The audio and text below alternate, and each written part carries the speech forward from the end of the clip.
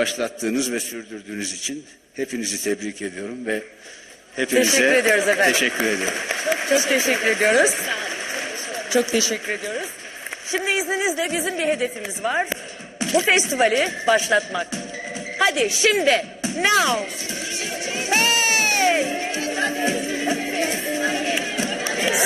Açıyoruz.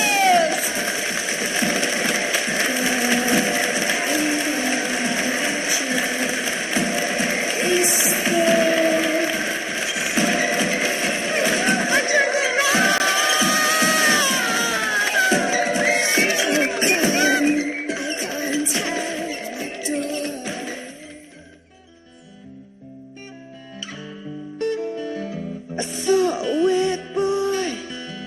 He looked at me with a look of pure hate. Nobody knew all the grief where he'd been. He was a sad boy. He was a victim of a dirty good time. Feely games in the back of his boarded up estate.